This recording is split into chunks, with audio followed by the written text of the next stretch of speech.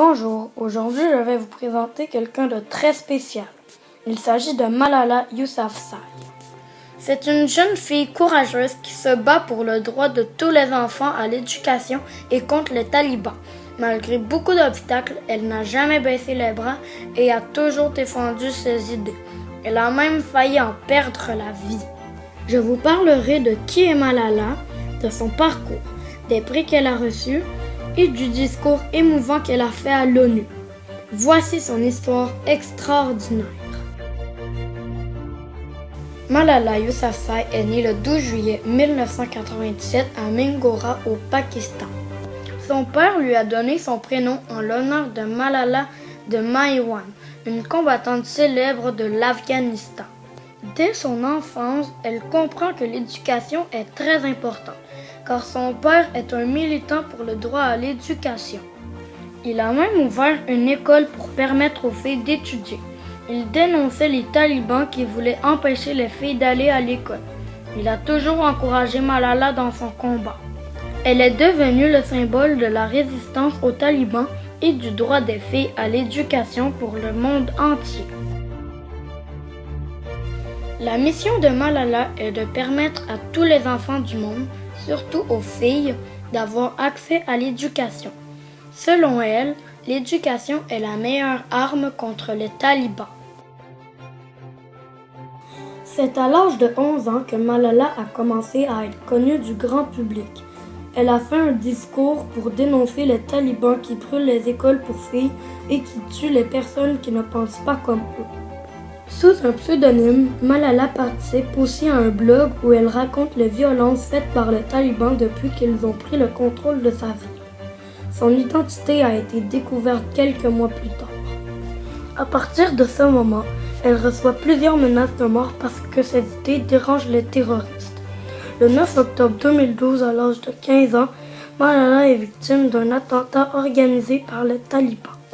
Alors qu'elle est dans l'autobus qui la ramène de l'école, deux hommes armés entrent et demandent qui est Malala.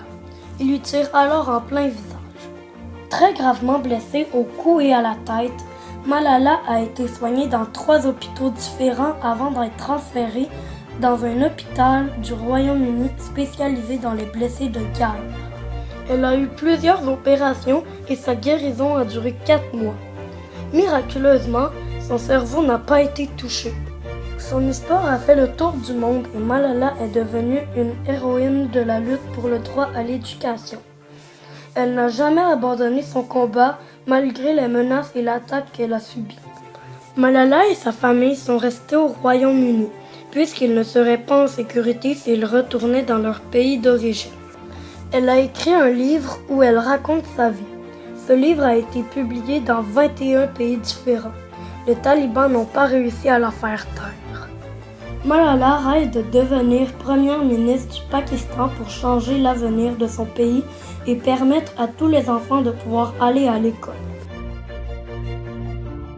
À partir de 2011, Malala a reçu de nombreux prix dans plusieurs pays pour son courage et son implication, dont le premier prix national de la jeunesse pour la paix en 2011 au Pakistan. Ce prix s'appelle maintenant le prix Malala. Le prix de l'ambassadeur de la conscience d'Amnesty International en 2013 en Irlande. Le prix international de la paix des enfants en 2013 aux Pays-Bas. Le 10 octobre 2014, elle a reçu le prix Nobel de la paix. À seulement 17 ans, c'est la personne la plus jeune à avoir reçu ce prix. Le 12 juillet 2013, à l'âge de 16 ans, Malala a fait un discours à l'ONU. Elle a demandé aux différents pays de lutter pour l'éducation de tous les enfants dans le monde et contre le terrorisme. Elle a dit « Laissez-nous nous munir de nos livres et de nos crayons. Ils sont nos armes les plus puissantes. Un enfant, un professeur, un livre et un crayon peuvent changer le monde. L'éducation est la solution. L'éducation avant tout. » Elle a aussi dit qu'elle ne voulait pas se venger des terroristes. Elle veut seulement la paix dans le monde et le droit à l'éducation pour tous. En conclusion, je trouve que la lutte que Malala mène pour le droit à l'éducation et contre le terrorisme est très importante. Les attentats qui ont eu lieu à Paris tout récemment montrent que le terrorisme est malheureusement encore bien présent en 2015.